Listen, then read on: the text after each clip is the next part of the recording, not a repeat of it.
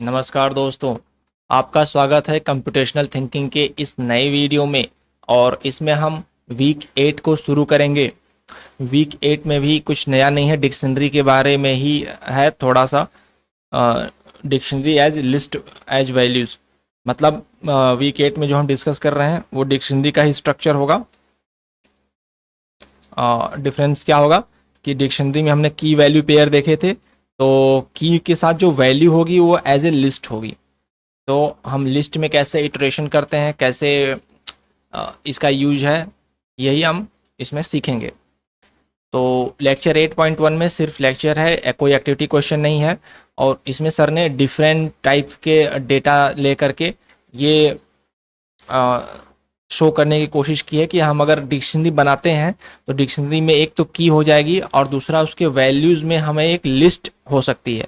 जैसे ये है सिटी बाय कार्ड, अगर हम सिटी वाइज सिटी को एक की बना दें और उसकी वैल्यूज़ रखना चाहे कार्ड नंबर को, तो हमें एक लिस्ट मिलेगी। जैसे चेन्नई की वैल्यू ये हो जाएगा, बेंगलुरु की वैल्यूज हो जाएगी, इसमें कार्ड नंबर लिखा है 9, 23, 11, 21, 8। ये कार्ड नंबर्स जो है बेंगलुरु सिटी से बिलोंग करते हैं। तो वैल्यूज जो होगी एज ए लिस्ट हो जाएगी। दूसरा डेटा सेट लिया है सर ने शॉप और कस्टमर्स का, कि अगर हमारे पास जो शॉप लिस्ट थी सन जनरल, एसबी स्टोर और बिग बाजार, और उसके हम कस्टमर्स का डेटा अगर रिकॉर्ड रखें तो ये जो रिकॉर्ड होगा वो एक लिस्ट में आ जाएगा। जो कस्टमर नेम्स है, तो हमारा शॉप नेम हो जाएगा की और वैल्यू एक लिस्ट हो जाएगी। तो इसमें सर ने यही बताया है डिफरेंट डेटा सेट को लेकर के कि जो हमारे की वैल्यू पेयर होता है उसमें हमारी जो वैल्यू होती है वो एक लिस्ट भी हो सकती है। और लिस्ट में जो आइटम है हो सकता है कि इस लिस्ट में और इस लिस्ट में सेम नाम हो। जैसे अभिनव है, वो हो सकता है सन जनरल में भी विजिट किया हो, एसवी स्टोर में भी विजिट किया हो, तो कॉमन भी हो सकता है नेम, तो उसकी कोई दिक्कत नहीं है। की कॉमन नहीं होना चाहिए, की हमारा यूनिक होता है, बट लिस्ट के वैल्यू जो है वो रिपीट हो सकते हैं, दूसरे एक दूसरे में कॉमन हो सकते हैं।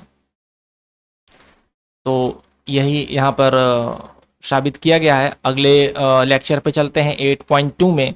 और 8.2 में सर ने जो डेटा सेट लिया है, पैराग्राफ डेटा सेट लिया है, और resolving pronoun with its equivalent matching noun using dictionary and ordered list.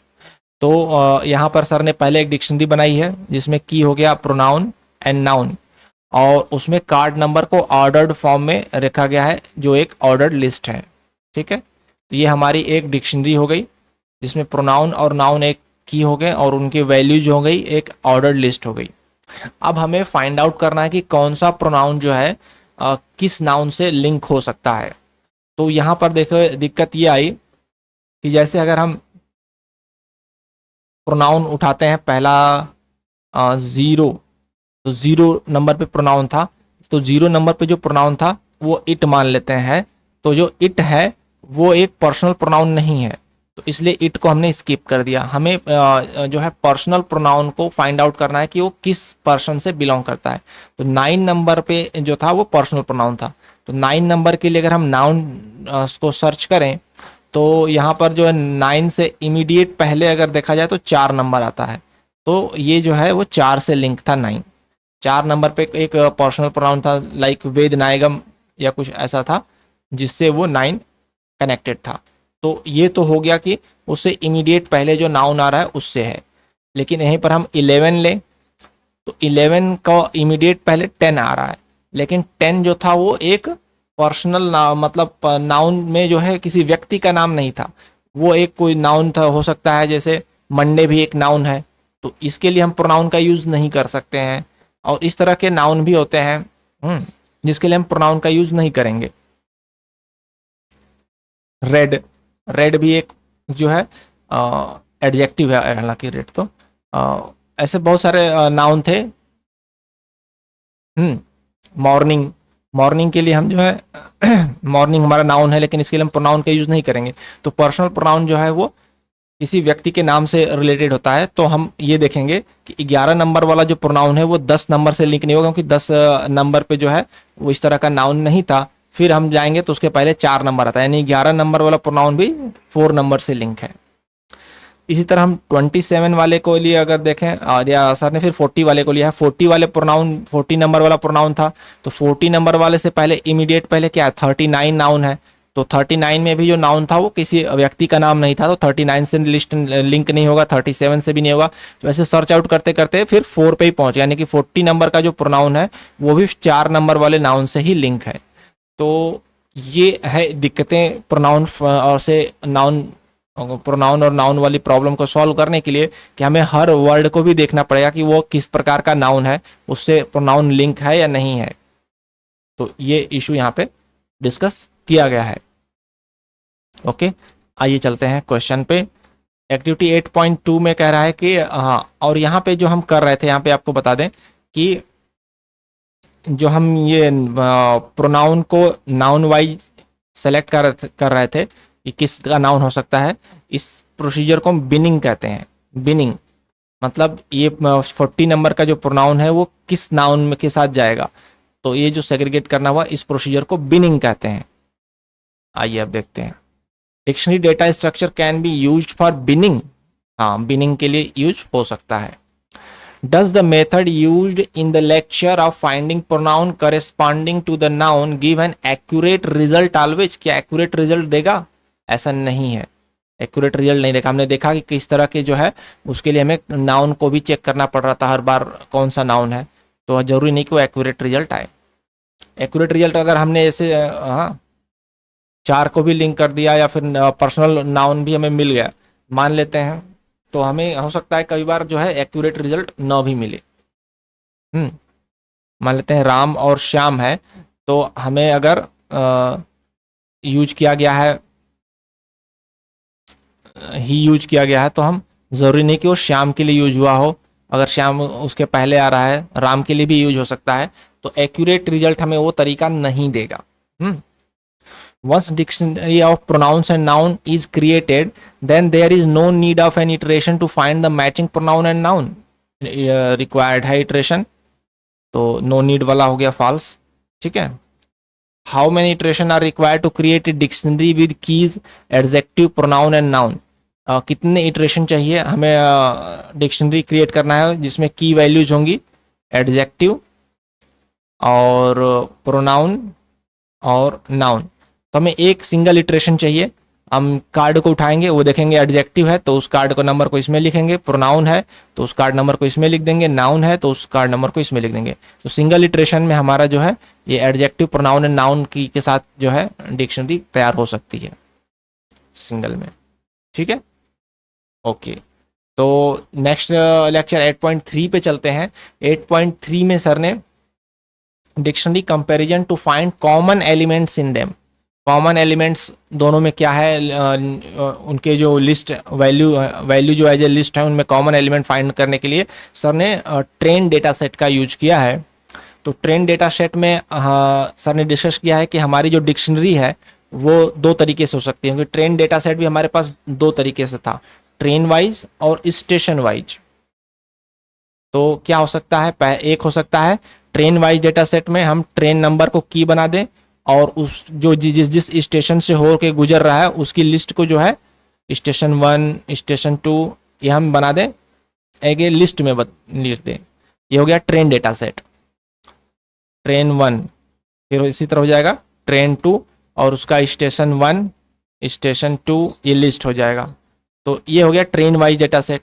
और स्टेशन वाइज डेटा सेट में हम स्टेशन का नाम लिख सकते हैं, लाइक चेन्नई स्टेशन हो गया स्टेशन 1, और उसकी लिस्ट में हो जाती है ट्रेन कौन कौन सी ट्रेन होके जाती है।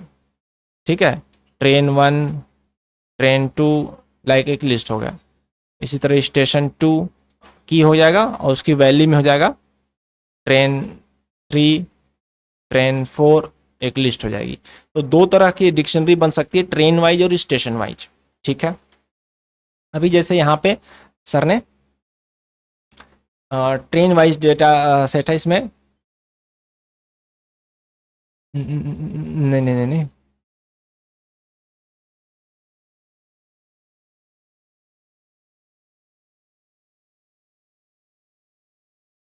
हम्म,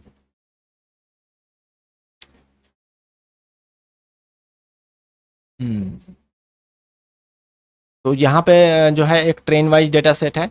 एक ट्रेन जो है ये मडगांव, रत्नागिरी, मुंबई इससे होके जाती है। दूसरी ट्रेन बड़ोदरा, रतलाम, कोटा, न्यू दिल्ली, इस तरीके से इन स्टेशन से होके जाती है। ट्रेन का हो गया, स्टेशन हो जाएगा, एज ए लिस्ट हो जाएगा। तो यहाँ पर अब ये फाइंड आउट करना था, सर का प्रॉब्लम था कि हमें मैंगलोर से पुणे जाना है। तो मैंगलोर से पुणे के लिए डायरेक्ट ट्रेन नहीं थी। तो डायरेक्ट ट्रेन नहीं थी तो हमें चेंजिंग स्टेशन करके जाना होगा। तो मैंगलोर टू क्या स्टेशन कॉमन हो सकता है और पुणे के बीच में? तो ये मैंगलोर वाले स्टेशन का ये है। मैंगलोर से जहाँ पे जाती है ट्रेन उसका लिस्ट है, और पुणे से जहाँ पे ट्रेन जाती है उसका लिस्ट है।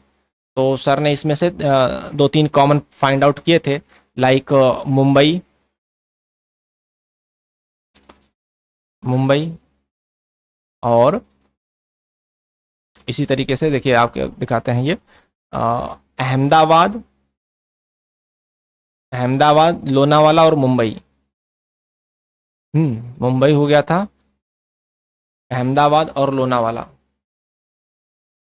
तो यहाँ पर ये तीन स्टेशन हमें कॉमन मिले। इसका मतलब मैंगलोर से पुणे जाने के लिए हम अहमदाबाद में चेंज कर सकते हैं स्टेशन, लोनावाला में, या मुंबई में चेंज करके मैंगलोर टू पुणे पहुँच सकते हैं।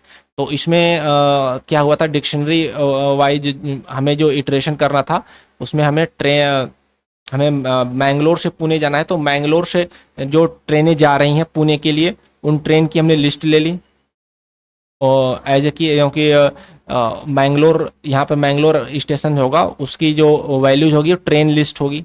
ठीक है, T1 T2 लाइक दिस। इसी तरह जो पुणे होगा उससे जो ट्रेनें जा रही होंगी T3 T4 उनकी लिस्ट होगी। तो अब हमें इन ट्रेन लिस्ट से फाइंड आउट करना है इंटरमीडिएट स्टेशन। तो हमने एक T1 से देखा कि कोई ऐसा इंटरमीडिएट स्टेशन है जो T3 से भी है या T4 से भी है। तो इस तरीके से हमें इटरेशन करना होगा इसकी वैल्यूज़ में। तो हमें इंटरमीडिएट स्टेशन मिल गए, यानी कि हम अहमदाबाद, लोनावाला और मुंबई में चेंज कर सकते हैं और मैंगलोर टू पुणे जाना चाहते हैं। तो यही इसमें डिस्कशन हुआ है, ट्रेन वाइज डेटा सेट और स्टेशन वाइज डेटा सेट।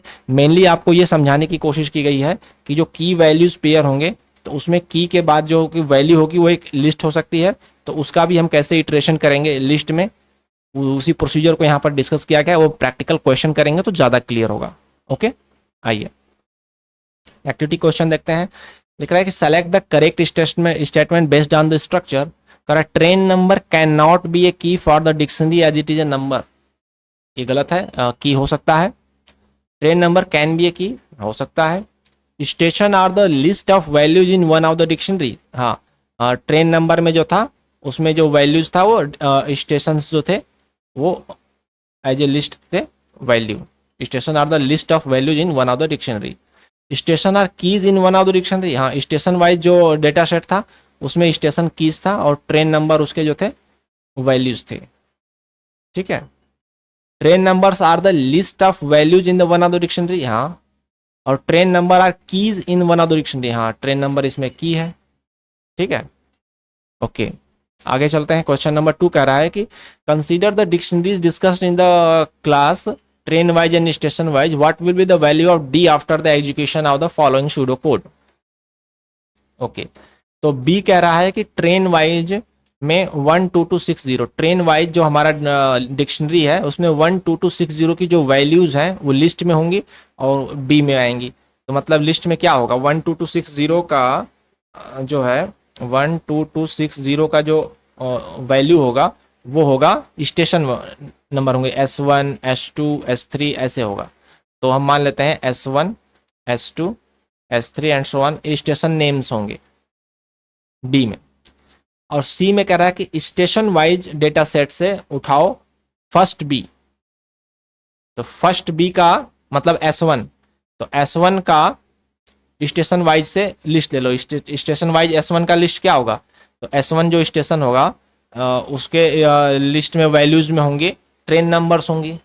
तो ट्रेन नंबर्स क्या होंगे, तो पहले 12260 था तो 12260 होगा, फिर 12271 होगा, लाइक दिस 122 ऐसे नंबर्स होंगे। तो फर्स्ट बी का स्टेशन वाइज में, तो स्टेशन वाइज में ट्रेन नंबर्स होंगे, ठीक है। तो फर्स्ट बी में क्या होगा, 12260 होगा। ओके, तो 12260 के स्टेशन नेम्स होंगे। ओके, तो स्टेशन वाइज में फर्स्ट बी में क्या आ गया, फर्स्ट बी में आ गया 12260, 12260। तो 12260 के वो होंगे स्टेशन वाइज डेटा सेट में, हमने स्टेशन वाइज डेटा सेट में हमने स्टेशन लेना है। ओके ओके, हाँ, तो स्टेशन है फर्स्ट बी तो हो गया S1। तो S1 की वैल्यूज, तो S1 की वैल्यूज में क्या होगा, सी में सी में होगा S1 की वैल्यूज होगी स्टेशन वाइज डेटा सेट से, यानी कि S1 की जो वैल्यूज होगी वो ट्रेन नंबर्स होंगे। तो वो ट्रेन नंबर्स आ जाएंगे 12260, 12271, ये पूरी लिस्ट आ जाएगी।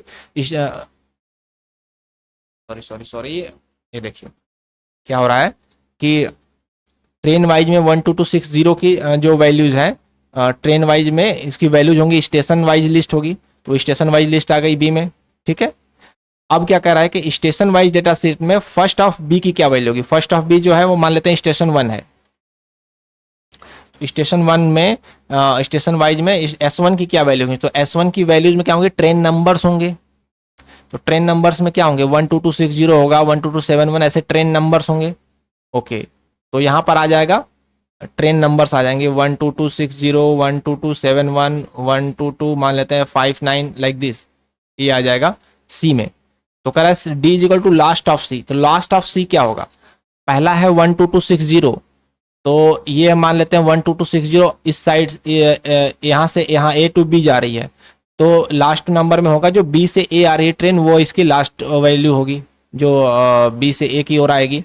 तो 12260 जा रही है, तो 12259 जो है वो लास्ट होगी स्टेशन वाइज डेटा सेट से। जब आपने स्टेशन और ट्रेन वाइज वाला अगर लेक्चर में देखा था तो इस तरह से इनकी लिस्ट बन रही थी, एक बार अप साइड के लिए जा रही थी ट्रेनें, फिर उसके बाद उसी सीक्वेंस में डाउन साइड वाली ट्रेनें आ रही थी।